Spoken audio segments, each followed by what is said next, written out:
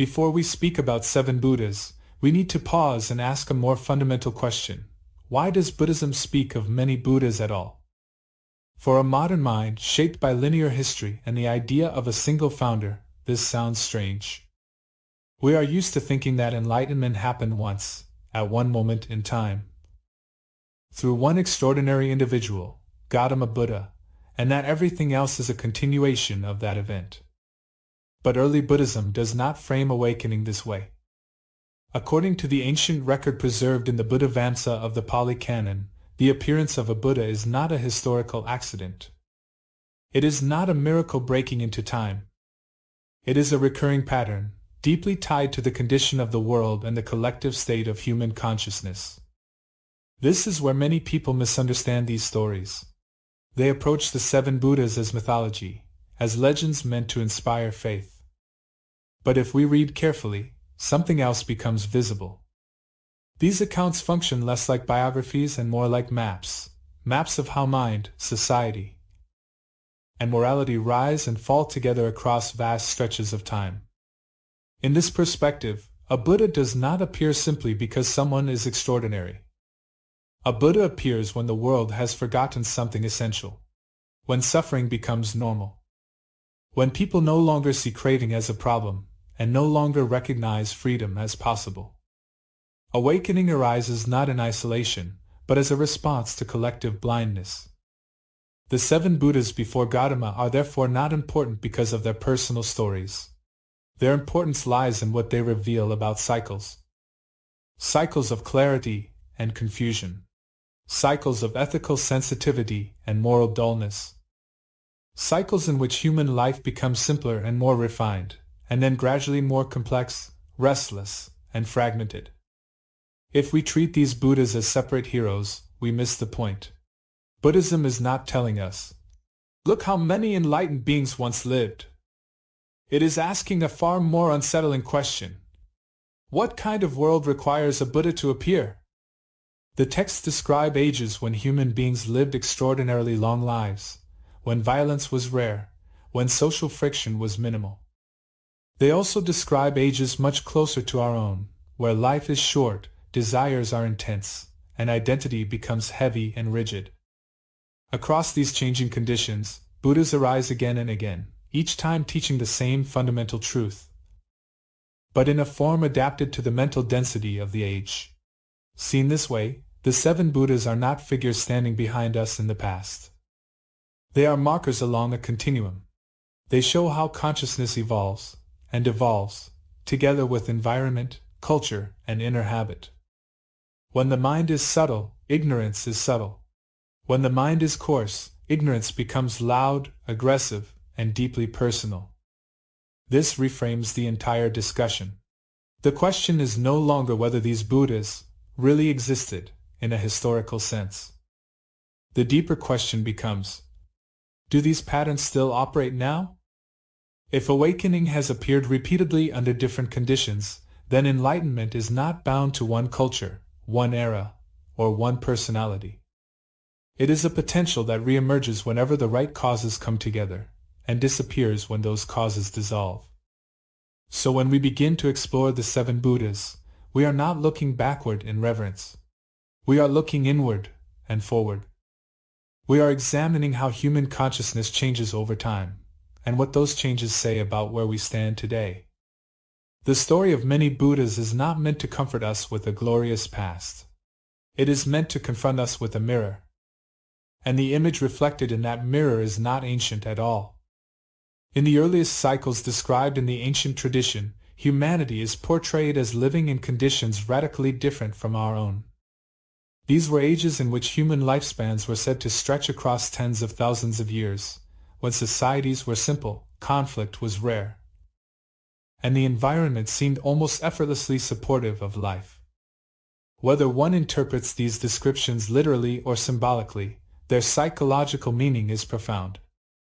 They suggest a stage of collective consciousness that was more stable, less fragmented, and far less dominated by urgent craving than the world we know today.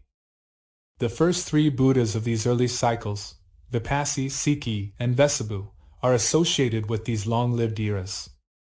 Their appearance is not framed as an emergency response to chaos, but rather as a quiet illumination within an already harmonious world.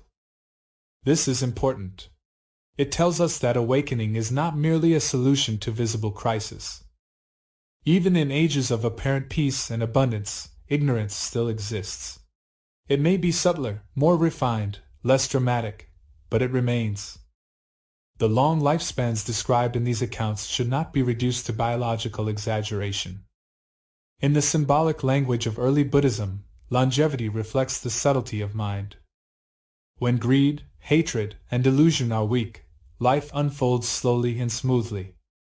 When aggression and craving are minimal, social systems do not fracture easily. Time feels spacious. Experience is less compressed. The collective nervous system of humanity is not constantly overstimulated. In such an environment, suffering is not as loud.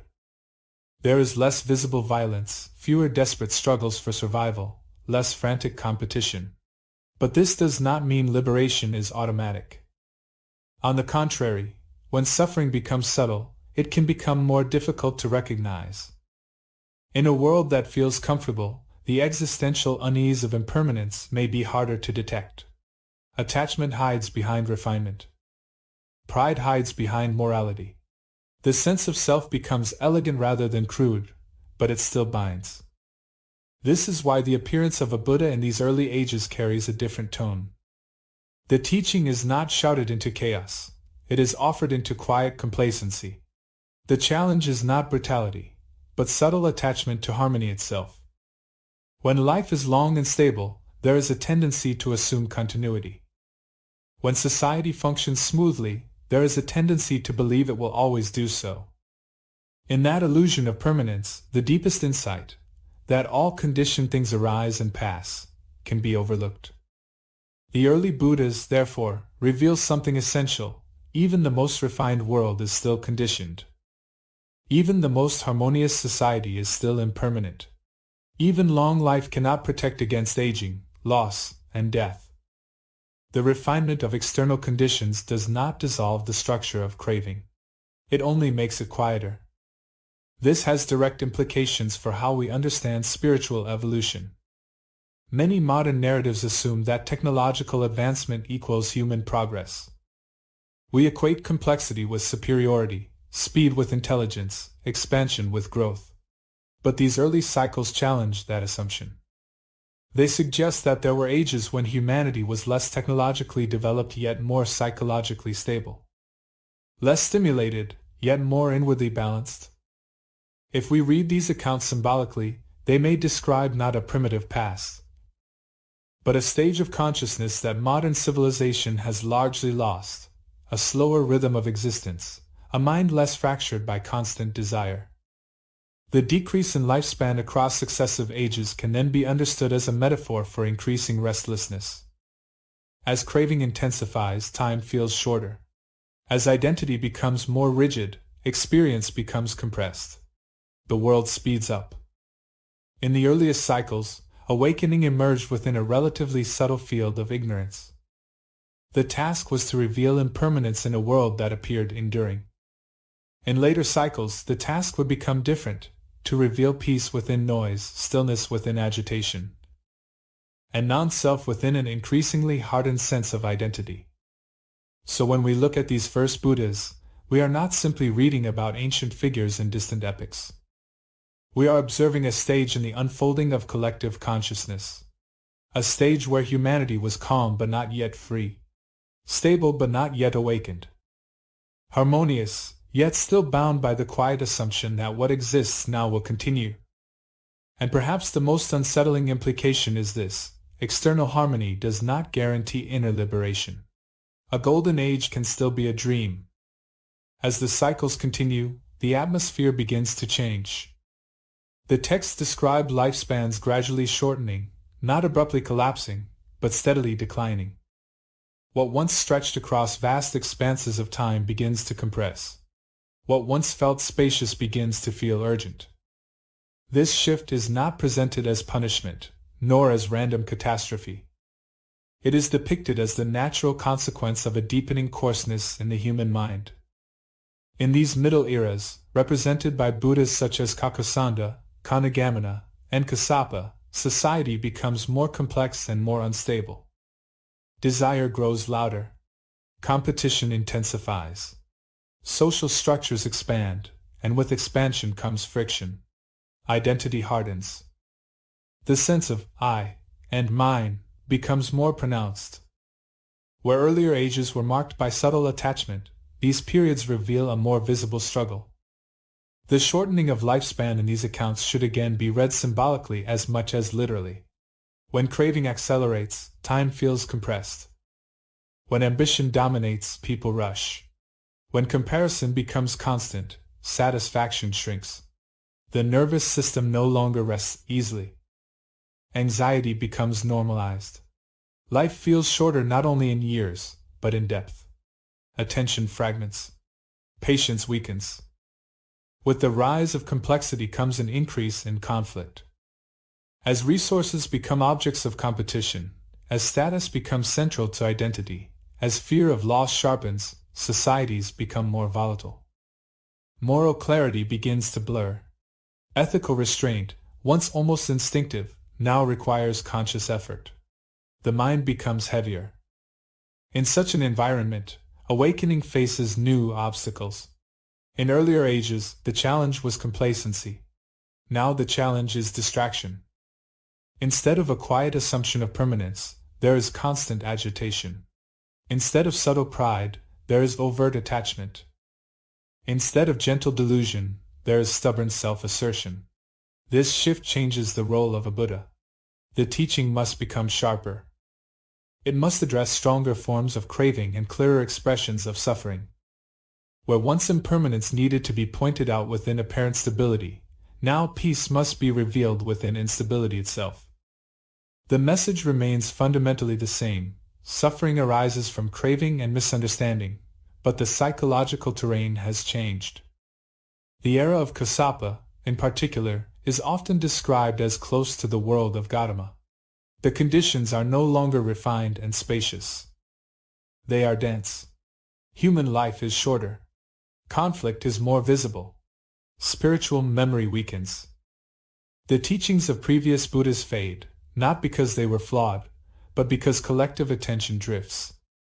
Without continuous cultivation, insight dissolves. Without practice, understanding erodes. Gradually, what was once known becomes forgotten. This forgetting is one of the most important themes in these cycles. The world does not collapse in flames when truth disappears. It simply becomes distracted. It normalizes dissatisfaction. It adapts to anxiety. It builds systems around craving and calls them progress. Over time, ignorance no longer feels like ignorance. It feels like ordinary life. And yet, precisely in these conditions, the need for awakening becomes more urgent. When suffering is loud, it cannot be ignored forever. When instability increases, the search for something unshakable intensifies. The darker the confusion, the more radical clarity appears when it arises. The middle cycles therefore represent a transition from subtle ignorance to dense ignorance. From long, spacious lives to shorter, pressured ones. From gentle attachment to restless craving.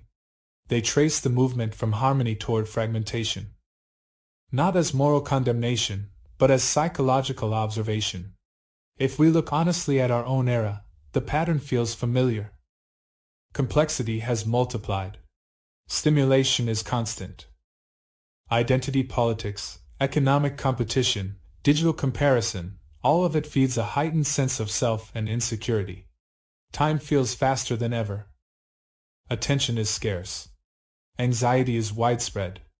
Lifespan may be extended by medicine, yet the felt experience of life often feels compressed and hurried. The ancient pattern suggests that as the mind grows heavier, awakening does not disappear, but it becomes more difficult. It requires greater clarity, stronger renunciation, and deeper insight. The path does not change, but the terrain becomes steeper. The gradual decline described in these cycles is not a story of hopeless degeneration. It is a mirror reflecting the consequences of unexamined craving. It shows that spiritual evolution is not linear progress. It rises and falls with the condition of the mind. Societies flourish and decay. Teachings appear and vanish. Awareness brightens and dims. And within that dimming, the possibility of light prepares itself once again. By the time we arrive at the age of Gautama Buddha, the atmosphere of the world has changed dramatically. The long, spacious eras of early humanity are gone. The gradual decline described in previous cycles has matured into a dense and psychologically turbulent age. Human lifespan is no longer measured in tens of thousands of years, but roughly a century. Existence feels brief, fragile, and uncertain. The compression that began in earlier periods has now become the defining characteristic of experience itself. In this age, desire is no longer subtle. It is visible, commercialized, institutionalized. Identity is no longer elegant and refined. It is defended, asserted, and constantly compared. Social structures are complex. Political systems are layered. Economic competition shapes daily life. Philosophical schools debate endlessly. Ritual traditions multiply. Information circulates rapidly. And yet, beneath this complexity, the same fundamental dissatisfaction persists. What makes this era unique is not merely moral decline, but psychological density. The mind is crowded. Sensory stimulation is intense. Attachment is not only personal, it is systemic. People are not only bound by craving for pleasure, but by craving for views, for belonging, for status, for certainty. The sense of self has become deeply entangled with social roles and conceptual frameworks. In such a world, awakening faces its most difficult terrain. In earlier ages, harmony masked subtle attachment. In Middle Ages, conflict exposed coarse craving. But in this age, distraction becomes the primary obstacle. Attention is fragmented. Silence is rare. Restlessness is normalized. Even suffering is often anesthetized through entertainment, ambition, or distraction. This is why the teaching of Gautama appears so radical and analytical. The emphasis on impermanence, non-self, and dependent arising is not ornamental philosophy, it is precise medicine. In a dense age, vague spirituality is not enough. When identity is rigid, insight must be sharp.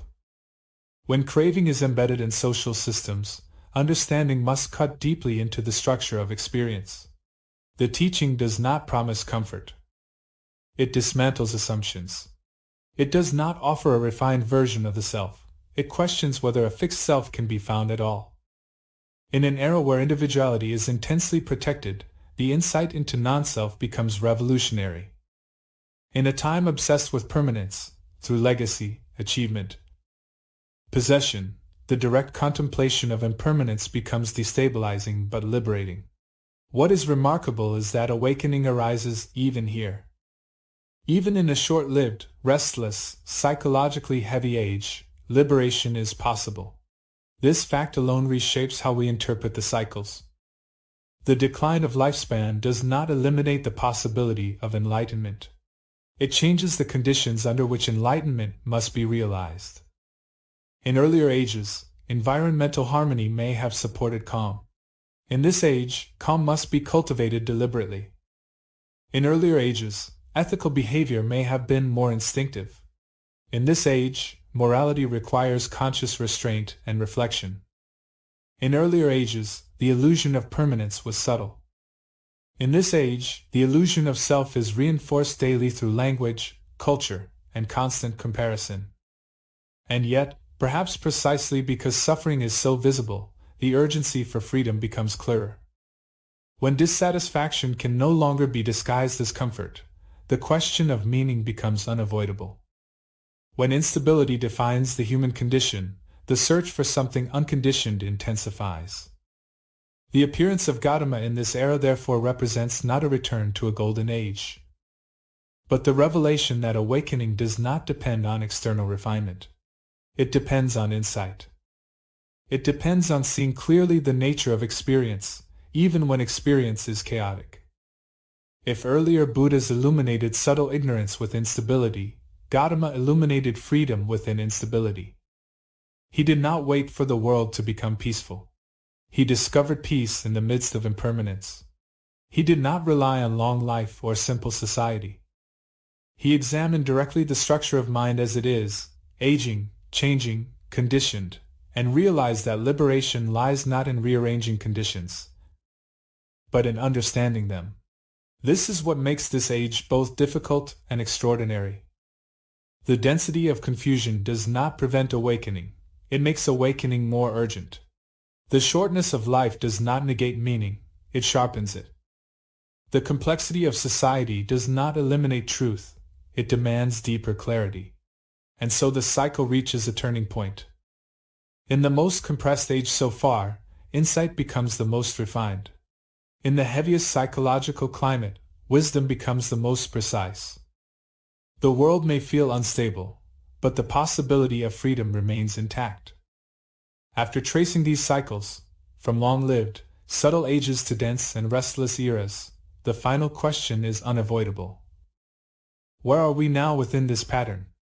Are we standing at the bottom of decline, at the beginning of renewal, or somewhere in between? The ancient narrative does not give us a calendar date. It gives us a diagnostic lens. If we look honestly at our present condition, we see extraordinary material advancement. Medicine extends life. Technology connects continents instantly. Information is abundant beyond anything previous generations could imagine. From one perspective, humanity appears more powerful than ever. Yet from another perspective, anxiety, loneliness, polarization, and distraction seem equally unprecedented. Attention has become fragmented. Desire is continuously stimulated. Identity is curated and defended in digital spaces. Time feels scarce, even when life expectancy increases.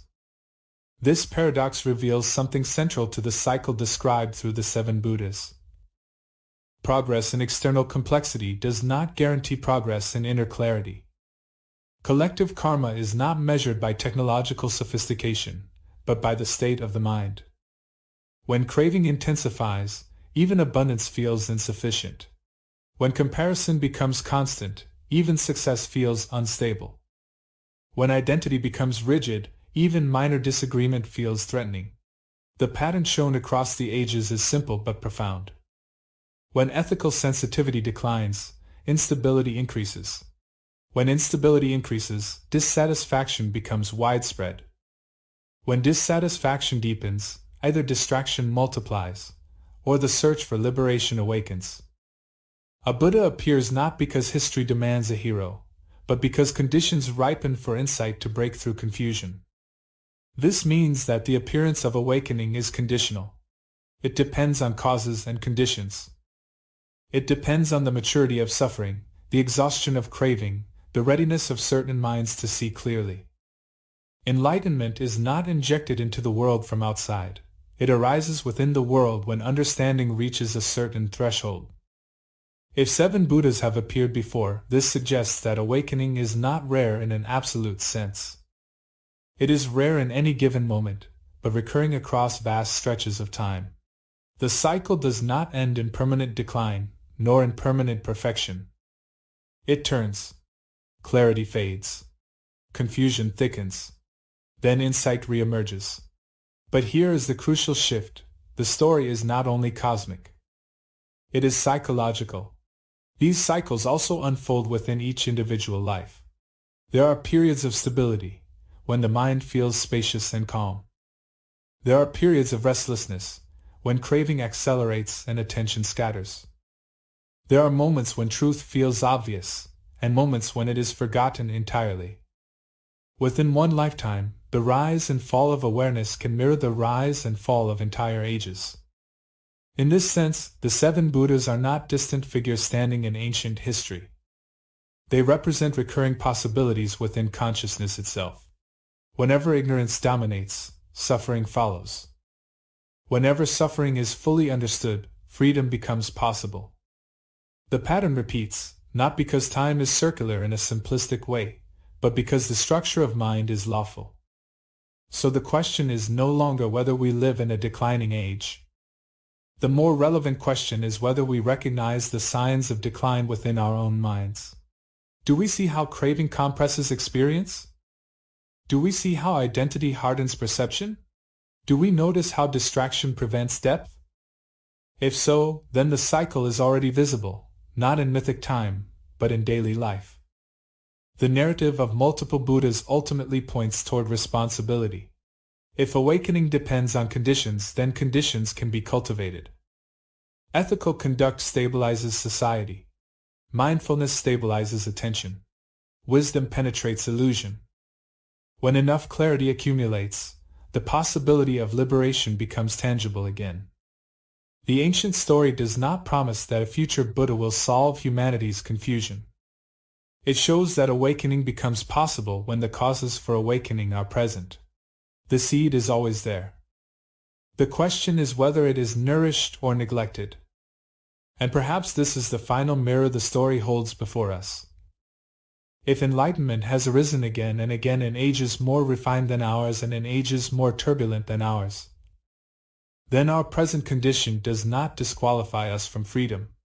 The density of our time does not block the path, it defines the challenge. The 7 Buddhas, taken together, form not a chain of distant saints, but a map of evolving consciousness. They show that humanity forgets, remembers, declines, renews.